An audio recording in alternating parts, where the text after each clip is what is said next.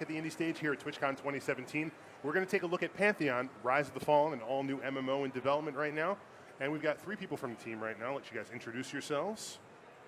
Hi, I'm Brad McQuaid, the Chief Creative Officer, and thanks for coming. I'm Benjamin Dean. I'm the Director of Communications at Visionary Realms.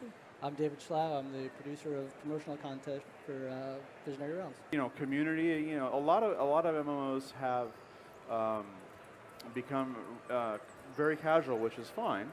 But a lot of the more hardcore MMO guys are like, "Hey, what about us?" You know, right. we kind of feel like we're orphaned or what have you. I've played some of those other MMOs, those socially charged, challenging MMOs. We'll recognize what's going on right here because our David has died, and he is doing a naked corpse run back to find his body, and he can't seem to find his body. The monuments and the large structures, the architecture.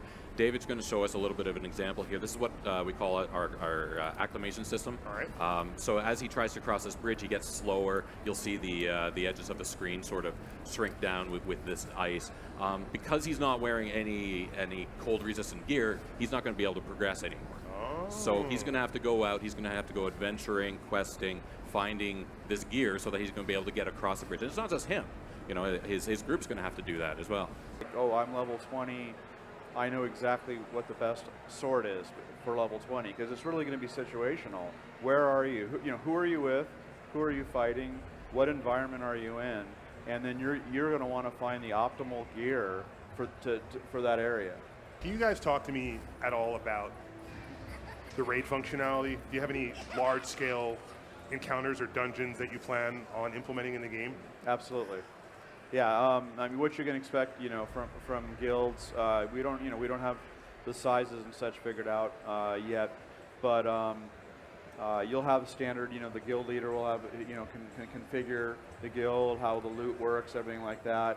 One interesting thing is a lot of the boss mobs have behaviors and they're very intelligent, and so one of the favorite things for people to do, is they can tell this encounter was made for 20 people, so they bring 40, right? Well, if you do that in our game, the mob will react to that. He may leave, he may call in reinforcements. The MMO is the whole Groundhog Day. It's the same. The mob looks different, but it's the same tactics, right? It's a different color scheme or something. Right, like that. and then to make them harder, we'll just give them more hit points or something. No, these guys will have different AI behaviors and actually be intelligent, and you're going to have to learn, okay, well, if this guy has a specific behavior, then we need to have a completely different strategy in order to beat him.